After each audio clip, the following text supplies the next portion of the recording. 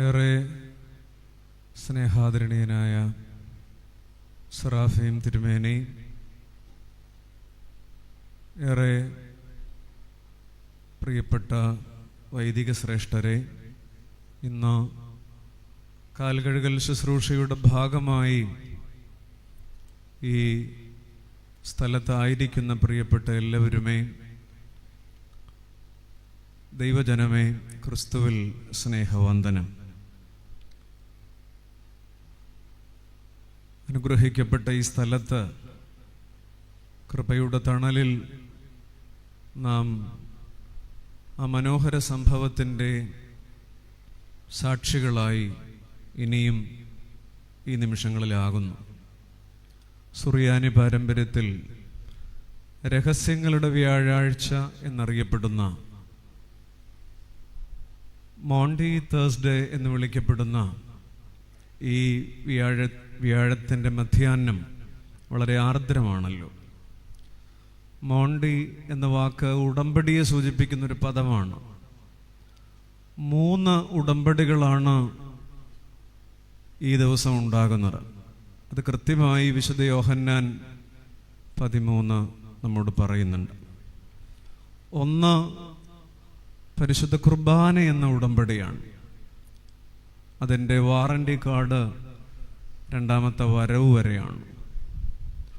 2ാമത്തെ ഉടമ്പടി സ്നേഹം ഒരു കൽപ്പനയായി തരുന്നു എന്നുള്ളതാണ്. നിങ്ങൾ തമ്മിൽ സ്നേഹിക്കണം, ശിഷ്യരോട് പറഞ്ഞിട്ട് ഇതൊരു കൽപ്പനയാണ് എന്നാണ് പറയുന്നത്. അതാണ് 2ാമത്തെ ഉടമ്പടി. 3ാമത്തേത് പാദം കഴുകുന്ന സ്നേഹത്തിൻ്റെ ഈർപ്പമുള്ള ഉടമ്പടിയാണ്. ഈ 3 ഉടമ്പടികളിൽ ആദ്യത്തെ ഉടമ്പടി നാം എപ്പോഴും അനുസ്മരിക്കുന്നു, അതിൽ പങ്കാളികളാകുന്നു. എന്നാൽ 2ഉം 3ഉം നമ്മുടെ കയ്യിൽ നിന്ന് പ്രായോഗിക തലത്തിൽ കൈവിട്ടു പോകുന്നുണ്ടല്ലോ. മനുഷ്യ ചരിത്രത്തിൽ അനിതര സാധാരണമായ ഇത്രമേൽ രൂപാന്തരശേഷിയുള്ള ഒരു സംഭവം ഉണ്ടായിട്ടുണ്ട് എന്നാർക്കും പറയാൻ പറ്റില്ല. അടിമകൾ കാൽ കഴുകുന്ന രീതി ഉണ്ടായിരുന്നു, സ്ത്രീകൾ പുരുഷന്മാരുടെ കാൽ കഴുകുന്ന രീതി ഉണ്ടായിരുന്നു.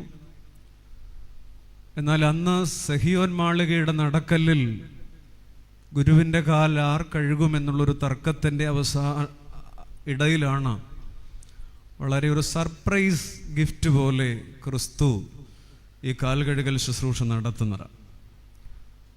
2 മാനങ്ങൾ നമ്മൾ കേട്ടിട്ടുള്ളതാണെങ്കിലും ഈ സമയം ഒന്ന് ഓർത്ത് ചിന്തിച്ച് ഈ ശുശ്രൂഷയിലേക്ക് പ്രവേശിക്കണം.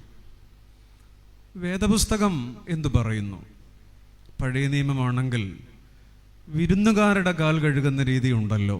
അബ്രഹാം ദൈവദൂതന്മാരെ കാൽ കഴുകി, ഞാൻ അല്പം വെള്ളമെടുത്ത് കാലുകളെ കഴുകട്ടെ ചോദിക്കുന്നുണ്ടല്ലോ. ലേവ്യ പുസ്തകം 16-ാം അധ്യായം 24-ൽ വിശുദ്ധ സ്ഥലത്ത് പ്രവേശിക്കുന്നതിന് മുമ്പ് പുരോഹിതരെ വെള്ളം കൊണ്ട് കഴുകുന്ന രീതിയും കാണുന്നു. വിരുന്നുകാർക്കും വിശുദ്ധ സ്ഥലത്തേക്കുള്ള പ്രവേശനത്തിനും. രാജാക്കന്മാരുടെ പുസ്തകത്തിലൊക്കെ ഇതിൻ്റെ കാര്യങ്ങളുണ്ട്, അതിലേക്കൊന്നും പോകുന്നില്ല. എന്നാൽ ക്രിസ്തു ഇവിടെ ചെയ്യുന്നത് അതിൻ്റെ ഒരു മാനം, ഇത് കേവലം ഒരു അപ്പം മുറിക്കലല്ല. ഇതിനെ ലാസ്റ്റ് സപ്പർ എന്ന് വിളിക്കുന്നവരുണ്ട്, മാസ് എന്ന് വിളിക്കുന്നവരുണ്ട്. എന്നാൽ കേവലം ഒരു അന്ത്യ അത്താഴമല്ല, ഇത് ബലിയാണ്. അതുകൊണ്ടാണ് പുതിയ നിയമ സമാഗമന കൂടാരമായ മർക്കോസിൻ്റെ മാളികയ്ക്കും യാഗപീഠമായ കാൽവറിക്കും മധ്യേ ക്രിസ്തു അവരുടെ കാൽ കഴുകുന്നത്. പത്രോസ് പറയുന്നുണ്ട്, കഴുകരുത്, എന്നെ കഴുകരുത് എന്ന് പറയുമ്പോൾ കഴുകിയില്ലെങ്കിൽ പങ്കില്ല എന്ന് പറയുന്നുണ്ട്. ഈ പങ്ക് എന്താണെന്നുള്ളതും നമുക്ക് കൃത്യമായി സംഖ്യാപുസ്തകം 18:20 യഹോവയാണ് പുരോഹിതൻ്റെ പങ്ക്. ആ പങ്കെന്നുള്ള പദം അതാണ്. ഇത് ബലിയാണ്, ഈ വിശുദ്ധ കുർബാന എന്ന് ഉറപ്പിക്കാൻ വേണ്ടി കൂടെയാണ് ഈ കാൽകഴുകലിൻ്റെ വേദശാസ്ത്രമാനം അങ്ങനെ ഒരു തലമാണ്. അത് വിശുദ്ധ സ്ഥലത്തേക്ക് പുരോഹിതൻ പ്രവേശിക്കുന്നതിന് മുമ്പ് അപ്പോസ്തലന്മാരുടെ കാൽ കഴുകി അവരെ പുരോഹിതരാക്കുകയാണ്. സുറിയാനി പാരമ്പര്യത്തിൽ കർത്താവ് മൂറോൻ കൂദാശ സ്ഥാപിച്ച ദിവസം എന്നിതിനെ വിളിക്കാറുണ്ട്. ഈ കഴുകലിനെ കുമ്പസാരമായി കാണാറുണ്ട്. അതിൻ്റെ വേദശാസ്ത്രമാനങ്ങളൊക്കെ അങ്ങനെ നിൽക്കുന്നു. ബൈബിളിൽ 3 തരം കഴുകൽ നമുക്കറിയാം. ഒന്ന് ജലം കൊണ്ട്, ഞാൻ മേൽ പറഞ്ഞതുപോലെ. 2 കണ്ണുനീർ കൊണ്ട്, നാം ഇപ്പോൾ വായിച്ചത് കേട്ടതും വായിക്കുന്നതുമായ വേദഭാഗങ്ങളിൽ പാപിനിയായ സ്ത്രീ അല്ലെങ്കിൽ കർത്താവിൻ്റെ കാൽ കഴുകുന്നുണ്ട്. അതൊരു സ്വാഭാവികതയാണ്. ക്രിസ്തു പ്രതീക്ഷിക്കുന്നതും അതുതന്നെയാണ്. കാരണം അവൾ മുൻകൂട്ടി തയ്യാറായിരുന്നെങ്കിൽ ഒരു തുണി അവൾ കയ്യിൽ കരുതിയനെ. പക്ഷേ ആകസ്മികമായി അവരുടെ കണ്ണിൽ നിന്ന് അടർന്നു വീണ കണ്ണുനീര് കൊണ്ട് പാദം കഴുകുമ്പോൾ തലമുടി കൊണ്ട് തുവർത്തുന്നത് സ്വാഭാവികതയാണ്. സത്യത്തിൽ ഈ ശുശ്രൂഷ ഒരു സ്വാഭാവികതയിലേക്ക് വളരാനാണ് ക്രിസ്തു പ്രതീക്ഷിച്ചത്. അതുകൊണ്ടാണ് ആ സ്ത്രീ പെട്ടെന്ന് ഈ തലമുടി കൊണ്ട് തുവർത്തുന്നത്. ഇതൊരു വളരെ സ്വാഭാവികതയിൽ സംഭവിക്കേണ്ട, ആത്മീയതയിലെ പൊടിപ്പും തൊങ്ങലുകളും ഒക്കെ മാറ്റി നിർത്തി ചെയ്യേണ്ട ഒരു പ്രായോഗികതയുടെ സ്വാഭാവികതയാണ് തലമുടി കൊണ്ടുള്ള തുവർത്തൽ. ജലം, കണ്ണുനീർ. 3-ാമത്തേത് രക്തമാണ്. കുഞ്ഞാടിൻ്റെ രക്തം കൊണ്ട് കഴുകപ്പെടുന്നതിനെ കുറിച്ച് വിശുദ്ധ വചനം പറയുന്നുണ്ടല്ലോ. പ്രിയപ്പെട്ടവരെ, 12 പേരുടെ മീതെ സ്നേഹം തോരാമഴയായി പെയ്ത ഒരു സായാഹ്നം. നമ്മളൊക്കെ ആലോചിച്ച് നോക്കിക്കേ, ക്രിസ്തുവിൻ്റെ മുമ്പിൽ 12 പേരും നിസ്സഹായരാണ്. എന്ത് പറയണം ഇങ്ങനെ ചെയ്യുമ്പോൾ?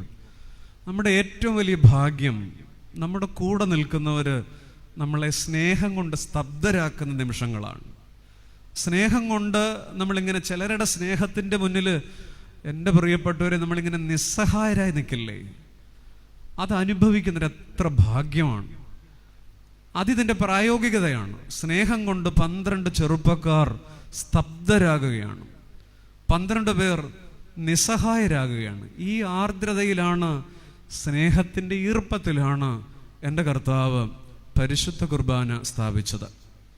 പ്രിയപ്പെട്ടവരെ, ഈ കാൽകഴുകൽ ഒരു തരത്തിൽ ഞാൻ പറഞ്ഞതുപോലെ വേദശാസ്ത്രമാനത്തിൽ ഇത് കുമ്പസാരത്തിൻ്റെയും പൗരോഹിത്യത്തിൻ്റെയും ഒക്കെ അനുഭവങ്ങളെ സൂചിപ്പിക്കുന്നു. നാം ധാരാളമായി കേട്ടിട്ടുണ്ടാവാം. 2 ഇതിൻ്റെ പ്രായോഗിക മാനമാണ്. പുറപ്പാട് പുസ്തകം 3:18 ഇസ്രായേൽ മക്കൾ ഫറവോനോട് ലീവ് ചോദിക്കുന്നത് 3 ദിവസമാണ്. ഞങ്ങൾ ഇവിടെ നിന്ന് പോയി യാഗം കഴിച്ചിട്ട് വരട്ടെ. എന്തുകൊണ്ട് മിസ്രയീമിൽ യാഗം കഴിച്ചുകൂടാ? അതൊരു ചോദ്യമാണ്. അവിടെ തന്നെ ഒരു സ്ഥലം കണ്ടെത്താമായിരുന്നു. ഓരോ ബലിക്ക് മുമ്പും മിസ്രയീം വിടേണ്ടതുണ്ട്. മിസ്രയീം അടിമത്തത്തിൻ്റെ ഇടമാണ്, പ്ലേസ് ഓഫ് അഡിക്ഷൻ. നാം അർപ്പിക്കുന്ന കുർബാനകൾ, നാം പങ്കെടുക്കുന്ന ബലികൾ പലപ്പോഴും അടിമത്തത്തിലല്ലേ? കോപം, ലൈംഗികത, ദുശീലം, ഈഗോ, അശ്ലീലം, താൻ പോരിമ, ശാഠ്യം, നമ്മുടെ നിർബന്ധ ബുദ്ധി, കുറേ വികാരങ്ങളുടെ അടിമത്തത്തിൽ നാം അർപ്പിക്കുന്ന ബലികൾ, നാം അനുഭവിക്കുന്ന ബലികൾ മിസ്രയീമ്യ ബലികളല്ലേ? ഈ മിസ്രയീമ്യ ബലികളിൽ നാം നിൽക്കുന്നത് കൊണ്ടാണ് പിന്നെയും പിന്നെയും നാം രോഗികളാകുന്നത്. പരിശുദ്ധ കുർബാനയിൽ കൂടിയിട്ടും പിന്നെയും പിന്നെയും നാം വേദനയിൽ നിലനിൽക്കുന്നത് ഈ അടിമത്തത്തിൽ. ഒരു പെസഹ കുർബാന കഴിഞ്ഞ് പെസഹ അനുഭവിച്ചിട്ടിരിക്കുന്ന ദൈവജനത്തോടാണ് ഞാൻ സംസാരിക്കുന്നതെന്നുള്ള പൂർണ്ണ ബോധ്യത്തോടെ പ്രിയപ്പെട്ടവരെ പറയട്ടെ, നാം ഇന്നനുഭവിച്ച പെസഹായും ഒരുപക്ഷെ മിസ്രയീമ്യ കുർബാനയല്ലേ? കാരണം കുമ്പസാരിച്ചിട്ടുണ്ടാവാം, ഹൂസോയോ പ്രാപിച്ചിട്ടുണ്ടാവാം. നാം നിലനിൽക്കുന്ന ചില അടിമത്തങ്ങളുണ്ട്. ആ 3 ദിവസത്തെ ലീവ് ഉണ്ടല്ലോ, ആ 3 ദിവസത്തെ അവധി മിസ്രയീം വിടാനുള്ള ടൈമാണ്. അതാണ് ഈ ശുശ്രൂഷ. അടിമത്തത്തിൽ നീ സ്നേഹം കൊണ്ട് 12 പേരെ കർത്താവ് നിസ്സഹായരാക്കി അവരുടെ കാൽ കഴുകി കർത്താവ് അവരെ മിസ്രയീമ്യ അനുഭവത്തിൽ നിന്ന് മാറ്റുകയാണ്. എൻ്റെ പ്രിയപ്പെട്ടവരെ, നമ്മുടെയൊക്കെ ജീവിതത്തിൽ മിസ്രയീം വിടാത്ത ബലികളൊന്നും ബലികളല്ല. ഈ സ്നേഹത്തിൻ്റെ തോരാമഴ സൃഷ്ടിച്ചിട്ടാണ് എൻ്റെ കർത്താവ്, എൻ്റെ അപ്പൻ പരിശുദ്ധ കുർബാന സ്ഥാപിച്ചത്. നാം പിന്നെയും പിന്നെയും രോഗികളാകുന്നെങ്കിൽ, നാം പിന്നെയും പിന്നെയും ഇങ്ങനെ തന്നെ പോകുന്നെങ്കിൽ നമ്മുടെ ബലികൾ എവിടെ നിൽക്കുന്നു എന്ന് ആലോചിക്കേണ്ടതുണ്ട്. കരുണയില്ലാത്ത ഇടങ്ങളായി ദേവാലയങ്ങളും ദൈവ മനുഷ്യരും മാറുന്ന കാലമാണ്. യൂഗോസ്ലോവിയയിലെ ഒരു പള്ളിയിൽ പണ്ട് മദ്ബഹായിൽ അൾത്താരയിൽ ഒരു ബാലൻ അപ്പവും വീഞ്ഞുമെടുത്ത് പുരോഹിതന്റെ അടുത്തേക്ക് വരുമ്പോൾ അവൻ്റെ കയ്യിൽ നിന്ന് അത് താഴെ വീണു ചിതറി. ആ പുരോഹിതൻ അവനെ തല്ലി പുറത്താക്കി. ആ കുട്ടി കരഞ്ഞുകൊണ്ട് പള്ളി വിട്ടു. അവൻ സങ്കടത്തോടെ പള്ളി വിട്ടു എന്നുള്ളതല്ല, ആ കുട്ടിയാണ് ക്രിസ്തുമതം തൻ്റെ രാജ്യത്ത് നിരോധിച്ച ഏകാധിപതിയായ മാർഷൽ ടിറ്റോ എന്ന ചരിത്രത്തിലെ ഭരണകർത്താവ്. സൗഖ്യമാക്കേണ്ടവർ പരുക്കേൽപ്പിക്കുന്ന ഇടങ്ങളായി നമ്മുടെ ബലിയിടങ്ങൾ മാറരുതേ. സ്റ്റാലിൻ്റെ ചരിത്രം പഠിക്കുമ്പോഴും ഒരുപക്ഷെ ഹിറ്റ്ലറുടെ ചരിത്രം പഠിക്കുമ്പോഴും ബാല്യത്തിൽ സെമിനാരിയിൽ പോകാൻ ആഗ്രഹിച്ചിരുന്നു എന്ന് എവിടെയോ വായിച്ചിട്ടുണ്ട്. അവർക്ക് എന്താണ് സംഭവിച്ചതെന്ന് നമുക്കറിഞ്ഞുകൂടാ. പഴയ നിയമ പെസഹ കടന്നു പോക്കാണ്. പാസ്ഓവർ എന്ന വാക്കിൻ്റെ അർത്ഥം നാം ചിന്തിക്കുന്നത് കടന്നുപോക്കെന്നാണ്. എന്നാൽ ഈ പെസഹ കടന്നു വരവാണ്. ഏറ്റവും ചെറിയ മനുഷ്യരിലേക്ക്, ഏറ്റവും നിസാരപ്പെട്ടവരിലേക്ക്, ഏറ്റവും അവഗണിക്കപ്പെട്ടവരിലേക്ക്, ചെറിയോൻ തൊട്ട് ഏവരെയും കഴുകിയെന്ന് ആവർത്തിച്ച് നാം പാടുന്ന ഒരു മധ്യാഹ്നമാണ് ഇത്. കടന്നു വരവല്ലേ? കരുണയില്ലാത്ത ഇടങ്ങളായി നമ്മുടെ ആരാധനയിടങ്ങളും നമ്മുടെ വീടുകളും മാറരുതേ. ഇത് ആണ്ടിലൊരിക്കലെ കാഴ്ചയായി മാത്രം മാറുന്നില്ലേ? മുൻപത്തേക്കാൾ ഇത് നമുക്കിന്ന് കൂടുതൽ പങ്കെടുക്കാൻ സാധ്യതകളുണ്ട്, ദൃശ്യമാണ്. ആണ്ടിലൊരിക്കലെ കാഴ്ചയായി മാത്രം മാറിയാൽ മതിയോ? ഇതൊരു സ്വാഭാവികതയായി ഞാൻ മുമ്പേ സൂചിപ്പിച്ചതുപോലെ തലമുടിയെടുത്ത് തുവർത്തുന്ന സ്വാഭാവികതയുണ്ടല്ലോ. It's not pre planned. ഒരു തുണി അവൾ കരുതുന്നില്ല. പൊടിപ്പും തൊങ്ങലുമുള്ള ആത്മീയതയല്ല. എന്നെ കഴുകരുതേ എന്ന് വിങ്ങിപ്പൊട്ടിയ ശീമോന്റെ കീശയിൽ അമിത വൈകാരികത കാൽകഴുകൽ നേരത്ത് പ്രകടിപ്പിച്ച ശീമോന്റെ കീശയിൽ ഒരു വാളുണ്ടായിരുന്നു. നമ്മുടെയൊക്കെ ആത്മീയതയിൽ അമിത വൈകാരികത നമ്മൾ പലപ്പോഴും പ്രകടിപ്പിക്കുന്നുണ്ട്. അതിന്നും നാളെയും ഒക്കെ ഉണ്ട്.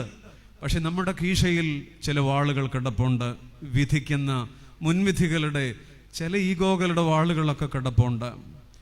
ഈ അമിത വൈകാരികതയുടെ ശീമോന്യ അനുഭവത്തിൽ നിന്ന് സ്വാഭാവികതയുടെ പാപിനി അനുഭവത്തിലേക്കാണ് കഴുകൽ മാറേണ്ടത്. ഞാൻ പറയട്ടെ, അമിത വൈകാരികത പ്രകടിപ്പിച്ച് ക്രിസ്തുവിൻ്റെ മുമ്പിൽ അല്പം സെൻസിറ്റീവായ ശീമോന്യ അനുഭവത്തേക്കാൾ പെട്ടെന്ന് തലമുടിയെടുത്ത് ഈ കണ്ണുനീര് തുടയ്ക്കുന്ന പാപിനിയുടെ സ്വാഭാവികതയിലേക്കുള്ള ചേഞ്ചാണ് ശരിക്കും എൻ്റെ പ്രിയപ്പെട്ട സ്നേഹിതരെ ഇത്. അതുകൊണ്ട് ഫ്രം സ്റ്റേജ് ടു ലൈഫ് ഇതൊരു വേദിയാണ്. വേദിയിൽ നിന്ന് ജീവിതത്തിലേക്ക്, ഫ്രം പ്രോഗ്രാം ടു മിഷൻ. നമ്മൾ ഇങ്ങോട്ട് വന്നപ്പോൾ പറഞ്ഞത് കാലുകഴുകൽ ശുശ്രൂഷ കാണാൻ പോകുകയാണ്. പരിപാടിയിൽ നിന്ന് ദൗത്യത്തിലേക്ക്. It's a call.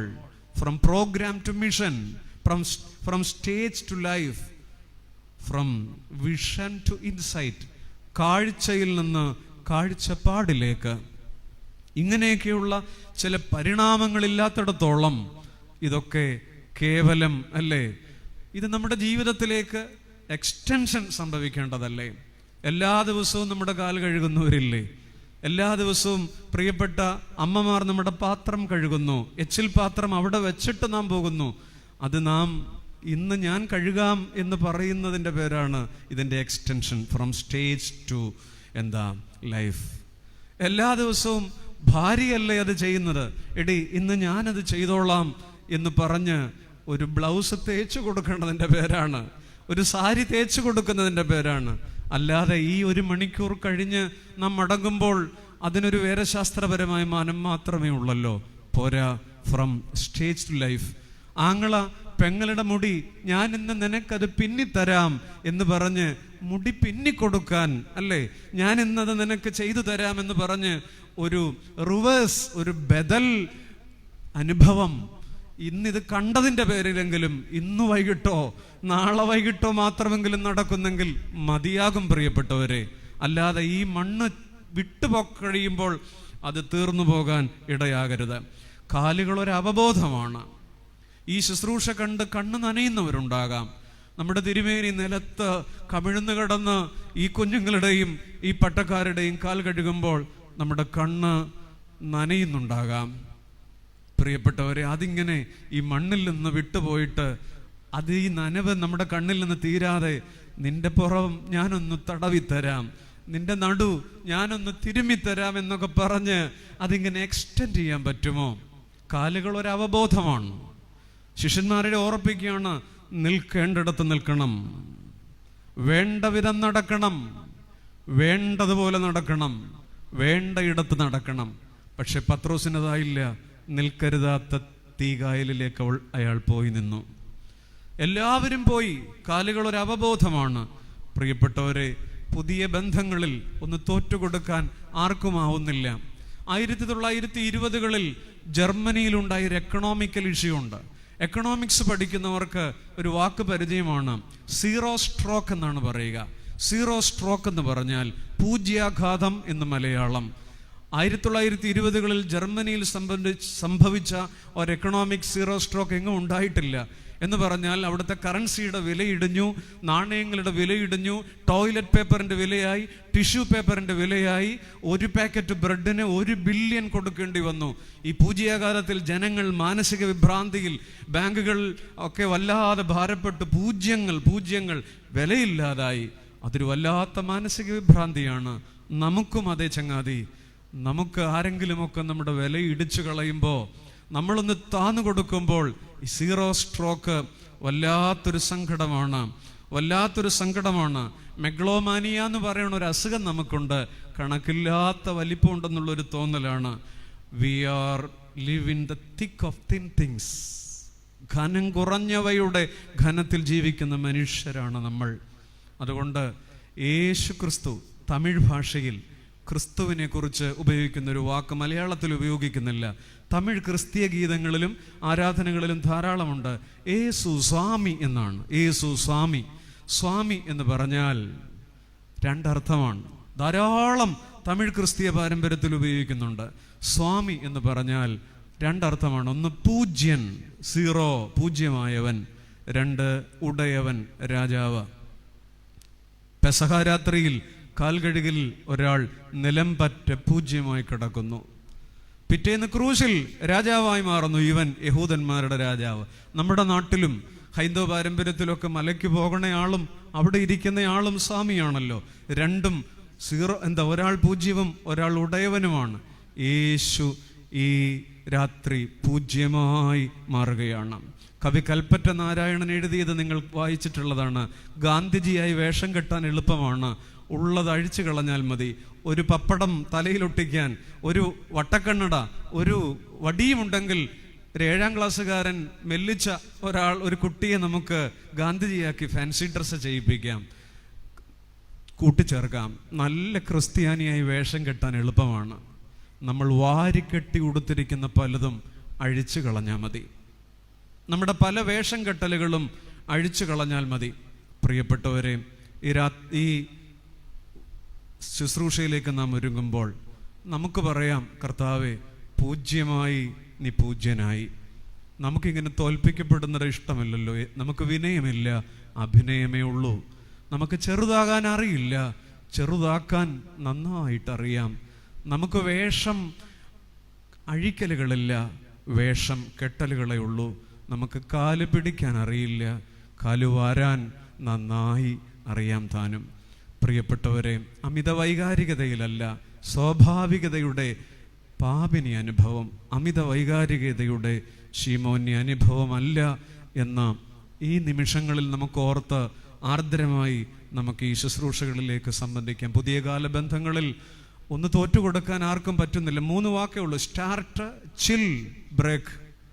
തുടങ്ങുന്നു പുതിയ തലമുറ, ചെറിയ കാലം ചില്ല് ചെയ്യുന്നു, ബ്രേക്കപ്പ് ആവുന്നു, അതിൻ്റെ ഇടവേളകൾ കുറയുന്നു, വർക്കൗട്ട് ആകുന്നില്ല, എൻ്റെ ബന്ധം സിങ്ക് ആകുന്നില്ല, കെമിസ്ട്രി ശരിയാകുന്നില്ല, ഒരു വൈബ് കിട്ടുന്നില്ല എന്നൊക്കെ പറഞ്ഞ് ബന്ധങ്ങൾ മുറിച്ചു കളയുന്ന കാലത്ത് തോറ്റു നിൽക്കുന്ന ഒരു 33-കാരൻ മരപ്പണിക്കാരൻ കാലത്തിൽ, ഞാൻ ആദ്യം പറഞ്ഞതുപോലെ, ചരിത്രത്തിൽ അനിതര സാധാരണമായ രൂപാന്തരശേഷി സൃഷ്ടിച്ചിരിക്കുകയാണ്. അതുകൊണ്ട് നമ്മൾ ഒന്നുമല്ല എന്ന് പറയാം.